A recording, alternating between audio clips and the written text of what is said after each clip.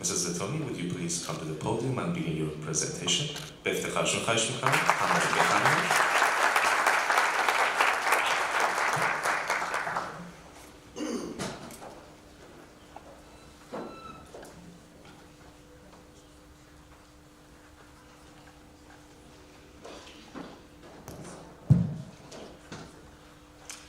Thank you very much. Thank you for the presentation. Thank you to all of you. Really, we thank you to have invited us here. In particular, I would like to thank Mr. Nasafi and Ms. Bagfi for this organization. Getting us involved in this meeting is very, very important. It's an honor to be here. So thank you very much.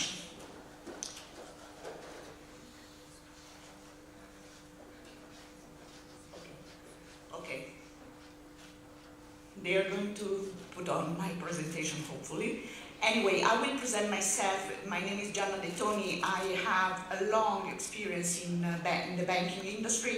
I worked for more than 30 years in a primary international bank, and for about 25 years, I was the manager of technology and operations. So I was a user of business continuity. I was using business continuity from the perspective of a manager who had the problem to ensure continuity to the business. I was managing all the support function of the bank, the control, the back offices, the technology, the systems development at the EMEA level. And so at the end of those 25 years, the bank asked me if I could take the accountability, responsibility for the implementation of business continuity in all the EMEA branches of the bank. And so I coordinated this big project, and I became one of the coordinators of resilience. Our role was risk resiliency managers, and I was managing EMEA risk resiliency and fell in love with this discipline, which is really, really fascinating because it needs a lot of knowledge of the system and a lot of knowledge of the controls, and it really changes the way we live our organization. It really enhances and improves the way our organizations work. So you really feel very useful in doing something like this. And definitely my presentation is titled Why Manage Continuity in the Bank? And I think you all know. I think I will just reinforce a message you all know, because just being here, it means that you all understand the importance of business continuity, and you have all my admiration for this audience of people that want to listen about continuity and resilience. But definitely I will give you many messages that were given to you before by Mr. Nasafi. What he said about the continuity concepts and why we should have a business continuity is very much true that this is the agenda. We will go through the risk and resilience evolution, how we understood in the years that resilience was a must. It's not nice to have. It's not something that we can postpone. It's not something that we can prioritize as second stuff to do. We have to do continuity and resilience as something that it's mandatory for our organization if we want to have an organization which is sustainable, and if we want our business to flourish and to have continuous profits and continuous health in our organization, we need to have resilience. I'll give you a very brief perspective on the international regulatory framework and the challenges of the banking sector, as we say, what are the challenges in the financial industry, and the benefits of embedding resilience. Embedding is a nice verb, which means that you have to incorporate business continuity in your culture, in the culture of the organization, in a way that it's part of the way you normally do things. It's not a technical addition to what you do. It's not just done by technical experts, while the rest of the organization really is not concerned about it. It's something that everybody should have in mind as their own responsibility. So very briefly, the approach that we had to risk up to many years ago, we could really afford to have this attitude toward risk, which was, if you were a clever person, if you were smart enough, given one cause, you had to think about an effect. One action provokes one reaction, and basically action and reaction could be forecasted, could be estimated quite easily, and we could be cautious and we could plan for the reaction, and with our normal activities we could see what the incident was and react. And the effect of the disruption mainly was an effect to our own organization, didn't affect many others. And this was in the past, but it's already since many years that this is not anymore the case, because nowadays one cause has multiple effects. And there's multiple effects, and it was mentioned like the spaghetti threat. Actually, it's exactly like this. You do one action provokes many reactions. If we are very, very smart and very, very clever, we may capture, 2 or 3 of them, but you have multiple reactions, and definitely without a systematic method, without a systematic methodology, it's very difficult to protect your organization at the level you want to protect it. You want to protect all your assets, human assets, technical aspect, immaterial and material aspect. You have to protect your organization from all the possible threats. So that's why it's important to invest your time, your mind, your soul, and your money on resilience. And there is a study that the Business Continuity Institute, every year, there is a survey that the Business Continuity Institute launches.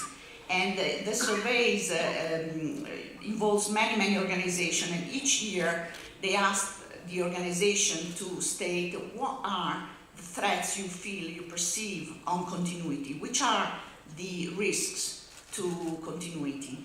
And it's now 4 or 5 years that the first threat that everybody states is on cyber attack, it's on data breach, and then there are the others, usual threats, which are security incidents, IT and telecommunication outages, utility supply interruption, supply chain interruption, adverse weather, transport disruption, act of terrorism, and fire.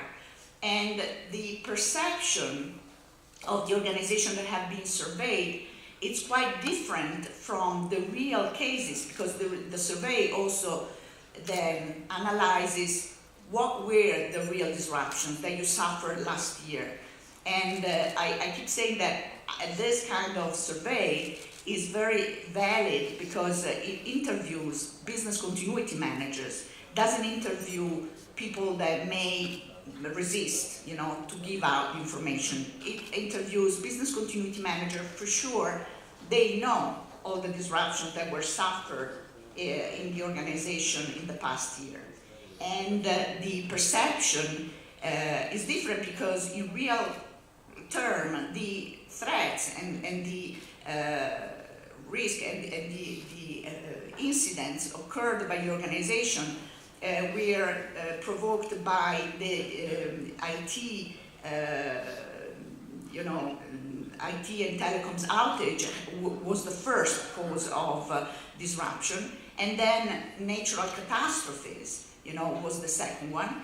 And in the past few years, also the supply chain disruption became a very strong reason for, interruptions, which is dramatic because you can do whatever you want to protect yourself. You can feel very resilient, but if you haven't considered the whole, chain of value of your organization, including your suppliers, your critical suppliers, then it's basically really dramatic because you may fail on the weakest chain of the weakest chain of your organization. Basically, suppliers have to be as resilient as you are. You have to demand the resilience. You have to make sure they get the resilience level you want to get. So it's quite interesting to see how this evolves. And definitely in the past year, cyber attack and data breaches have become number 4 reason for interruption. But it's still felt as number 1 because it's very difficult to manage it. So anything that is very difficult to manage, it's considered a biggest threat. We know we can manage IT and telecoms outages. We know we can manage maybe, we have clients for natural catastrophes. It's much more difficult to manage something that it's unknown, it's malicious, it's fearful, like cyber threats and data breaches. And we need to do more about it for sure all over the world. There has been a resilience revolution. I have a long career. After this long career in the banking industry, I have founded this company. We are consultants and trainers on business continuity and resilience and risk. And definitely I have seen all the phases of evolution of this concepts. Definitely what happened many years ago was that everything started with technology. Technology was the first area of any industry that was requested to have a sort of business continuity. So the disaster recovery, the backups, the big, the CDs or the backups taken in the organizations were the first acts of business continuity. Definitely, what we did, we asked technology to do something on our behalf.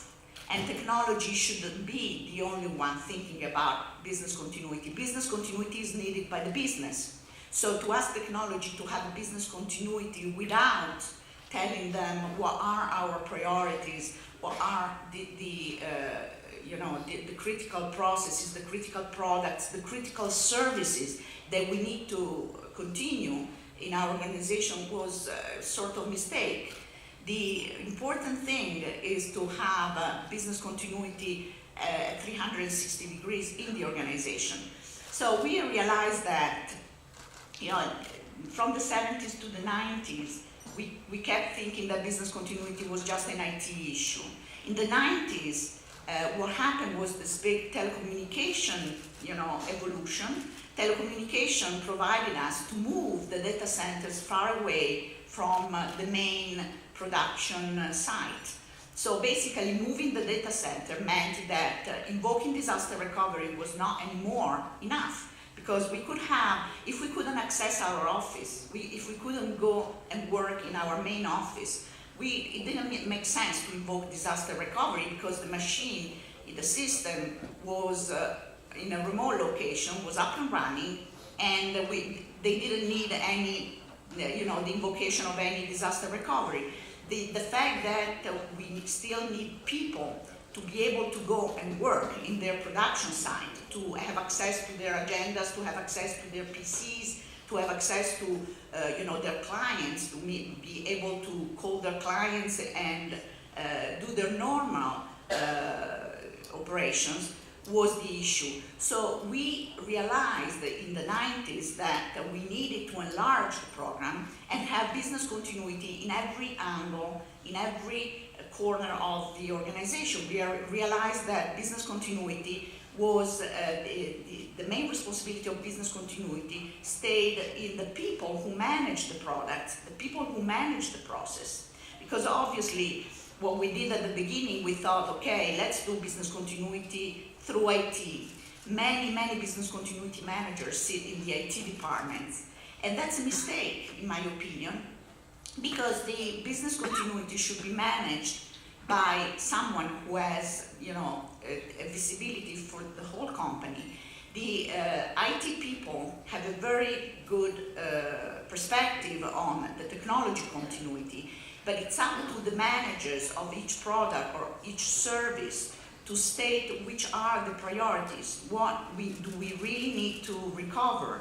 If an incident, if a disruption occurs, what goes first? What is urgent? Because otherwise, if you let somebody else do your own business continuity, you tend to overestimate the need for recovery. You tend to recover everything. You tend to think that everything is critical.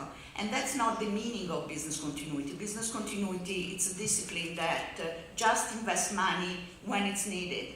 Should be simple and should be really prioritizing what's critical to what's not critical and can wait and shouldn't be recovered right away.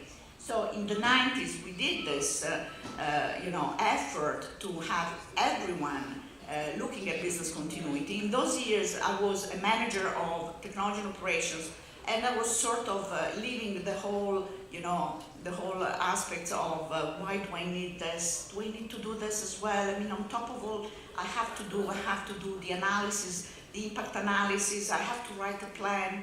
And we were very grateful that we did that when, the era came when everything was really very much,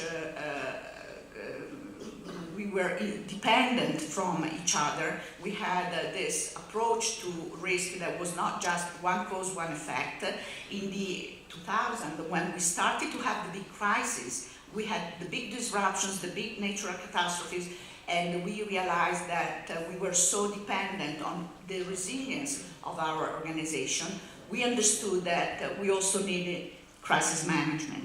And crisis management was born after business continuity, after you have written all the plans, after you have thought about all the predictable events. You have to be ready for unpredictable events. You have to be ready for whatever you can't manage at your normal level, at the middle management level, at the tactical level.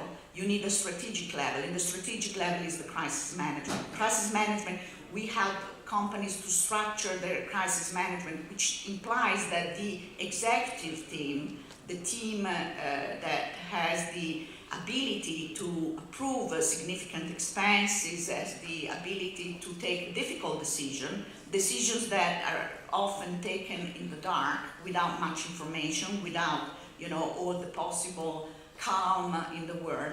Those are the people that need to be trained, that need to be called and convene and meet all together to make difficult decisions. This is what crisis management is. This is the evolution of the 2000.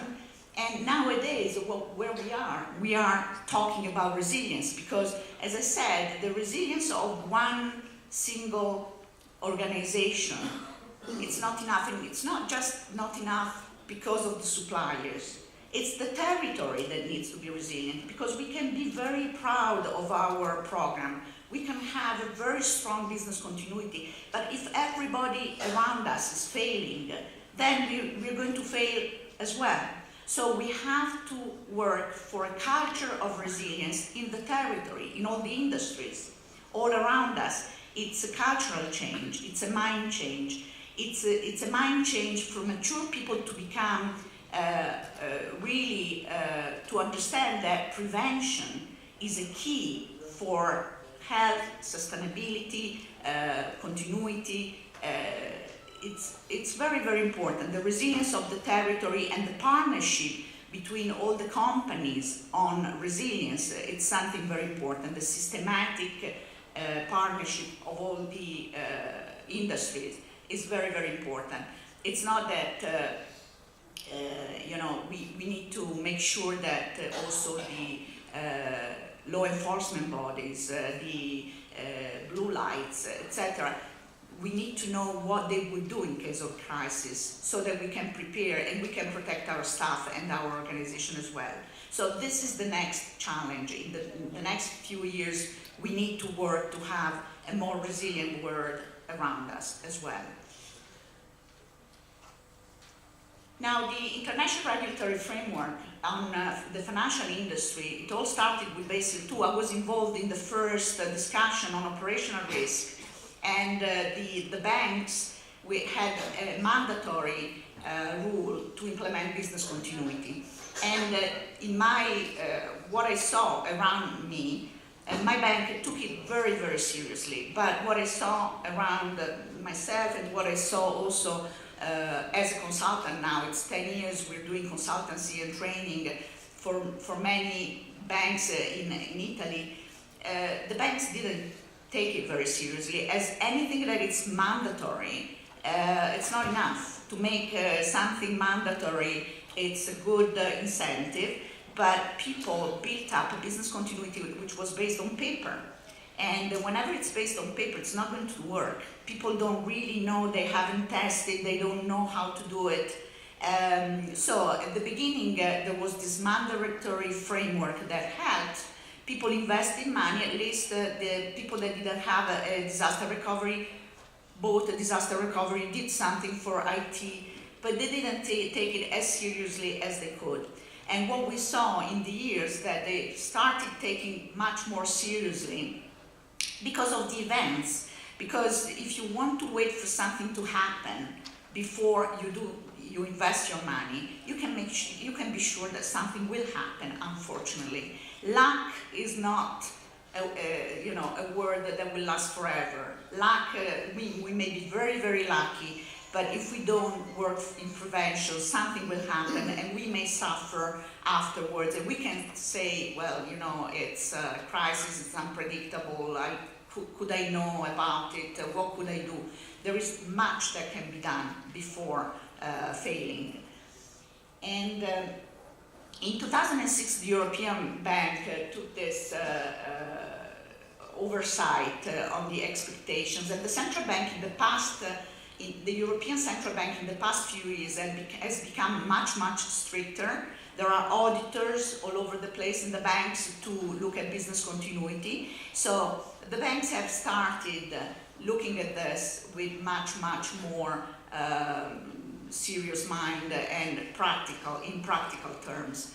And the interesting thing is that in 2012, we developed this ISO 22301, the ISO, the international standard which rules the business continuity management system, became a European norm. And whenever you have an ISO, you may think, who cares, it's an international standard. If it's an EN, European norm, it doesn't add much.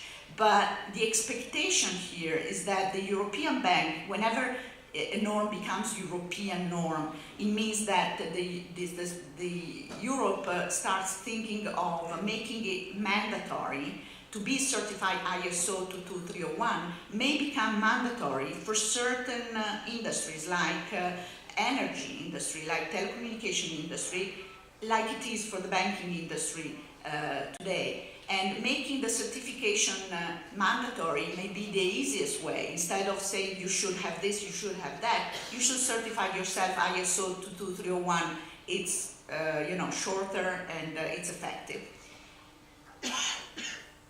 And what are the challenges? There are many challenges in the financial industries to be faced, and why should the financial industry do this? It's many years that I wonder, why do we keep pushing on the financial industry to get the business continuity while we are less strict on other industries? The financial industries were the first who had Basel II, the operational risk, all this concern about having a strong and resilient world in finance has been, to me, I really believe in resilience of the territory, so definitely it's not enough. But it's very, very important because if the financial industries fail, any other industry is going to fail, It's very, very important that the financial industry that have been probably played this interdependent role before any other industry are resilient. So the challenges for banks, for the financial industry, are due to this. I had the president of my bank, who's an internationally known person like Jamie Dimon, you know, who was the president of JP Morgan Chase. He had this concept in mind. He was a great believer of resilience, and that's why the bank has such an investment in resilience. He said that basically a bank sells two things, two products are important in a bank. We sell technology because the banks today have the most innovative technologies to handle their business. And you know what I mean? We just saw, you know, all those pictures also of Informatics Services Corporation. The technology is very, very important to the banking industry. And we sell trust. So technology and trust are the two main products that banks are selling. We sell trust because nobody would trust us to give their money to us if we weren't, you know, trustworthy. So it's very, very important to have these two concepts in mind to understand that without continuity, we immediately lose our technology and we lose the trust of our clients. And reputation, as we said, we can say, okay, who cares? I'm losing my business, I'm losing my own money. But we lose our reputation, which is much more important than money, because you can lose a certain amount of money. Reputation has an indefinite effect in the future. So losing your reputation, losing your face, means that you lose the trust and you lose the main product that you're selling to your clients. So without a big business continuity, without a big effort on resilience, technology and trust will fail. And this should be enough, you know, to convince anyone that this is not something not essential, nice to have but not essential. I have other priorities. I'm investing in these other things, maybe next year. That's what we keep hearing, you know, the people saying, you know, we always, whenever we had an incident, we could manage in a way or the other, you know. It's quite important to understand that that's not always the case. And you need a cultural change to do that, because people tend to think that business continuity, it's another additional appendix to what, you know, banks are doing or what organizations are doing. You need a cultural change to make sure that people understand that continuity and resilience, it's our own task. We have to embed it in every person. We have to make sure everybody understands that if they see a risk, if they see a threat in their process, if they see a threat in their in the product they're handling, they should raise their hand and they should always know where to go. They should always know there is a systematic methodology that tells people, if you have an issue, you now know that you have to escalate. If you don't know how to handle it, every manager will take it as good news. Managers not always take as good news if somebody brings to them a problem. It's their job to solve problems that the lower level cannot solve. So there is a systematic way to escalate issues so that issues can be solved before they become disproportionate, you know. If you don't resolve an issue, sometimes the issue grows and becomes a crisis. So you need a cultural change, and you need a systematic approach. You need a systematic approach so that this program that you may want to implement in your organization, the training that you want to hold in your organization is continuous. You can't do it once and then it will last forever. Nothing, we live in a world that has such a dynamic way of changing that definitely we can't count on the fact that I do a training today and people will be knowledgeable for many years. You have to keep reminding people, you have to keep training people, and every year you need to enlarge the audience of your organization to this kind of training. I'll give you a couple of case studies of good way of handling business continuity. As I told you, I will tell you about my experience, my direct experience as a manager of a bank, and then my direct experience as a consultant and trainer of another bank, a different bank, an Italian bank in this case. Now, the good example is the example of JP Morgan Chase. And JP Morgan Chase, as I told you, until the late 90s, I was a manager, and I was sort of thinking, why are we doing all these things? You know, they are really obsessed with business continuity. We do all the analysis, we have to prove, we have to test every year, we have to do this and to do that. And we were very grateful, because when the big crisis happened, when September 11th was a big crisis for every bank, international bank, I would say, in Manhattan, you know, we were really, really well equipped to face that crisis. We had already, you know, a big technology center which was duplicated outside Manhattan. And to make it short, to tell you what happened that day, the 11th of September, the clearinghouse, you know, the dollar clearinghouse, there were only two American banks that were able to close and to reconcile the whole clearinghouse of that day. One was Chase, at the time was Chase Manhattan Bank is my heritage bank, and the second one was Citibank, the only two banks that had invested lots of time and money in resilience. All the other banks had such huge issues, and you would think that, you know, with a crisis as big as that, as the September 11th, you know, the Federal Reserve, the central bank would have an empathetic approach, you know, they would be understandable. Forget about it. They were ferocious. They attacked each bank ferociously because they had to keep the clearinghouse open for 1 week. They couldn't reconcile anything for 1 week.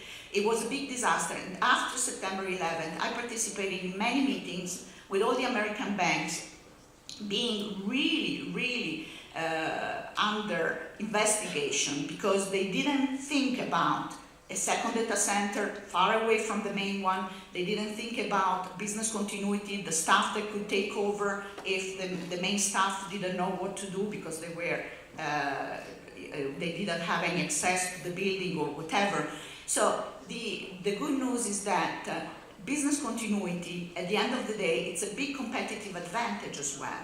It's a big competitive advantage because if you're really resilient, your clients will understand that you're really resilient, because your service won't stop while everybody else won't be able to access their funds and their money.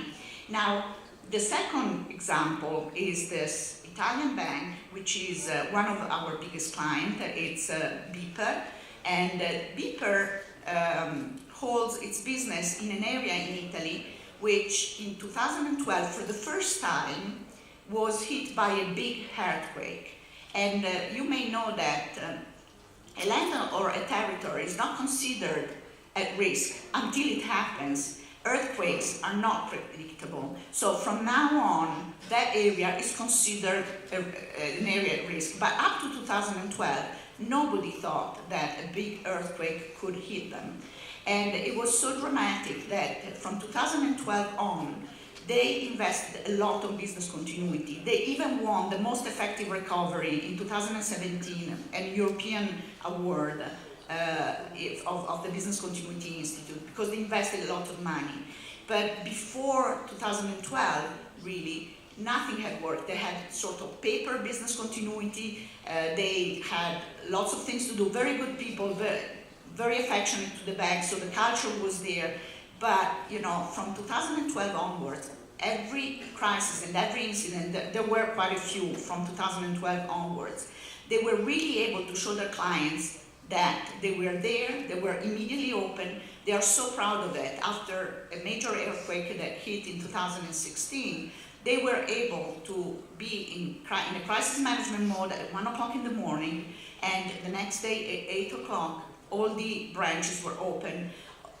Those that could not be open had mobile business continuity, the ATM could be accessed. And I would say they're the only bank in that territory that can prove that. So it's a big competitive advantage as well. They have increased their business from then on, for sure. And I'm conscious of time. I have no idea if I'm late. I'm probably finished. But to conclude, you know, the benefits of resilience, if you're not convinced yet, You're going to grow the stakeholders' trust. You're going to create a brand fidelity. People will know that you are really trustworthy, and your reputation will be high. Increases your revenues. That's difficult to prove, but it's not a coincidence that the most successful and the most profitable organizations in the world have invested lots of money in resilience, have been obsessed by resilience as much they're obsessed about profits. And if you focused on profits and you don't focus on resilience, you're going to lose your profits soon. If you have a right balance of focus on profits and resilience from the management perspective, because my bank has such a successful resiliency, because the president of the bank was really keen on implementing resilience. And it minimizes operational risk. And the most important thing is that you do business continuity for one reason, that you do not want interruption, you want to make sure you protect your assets.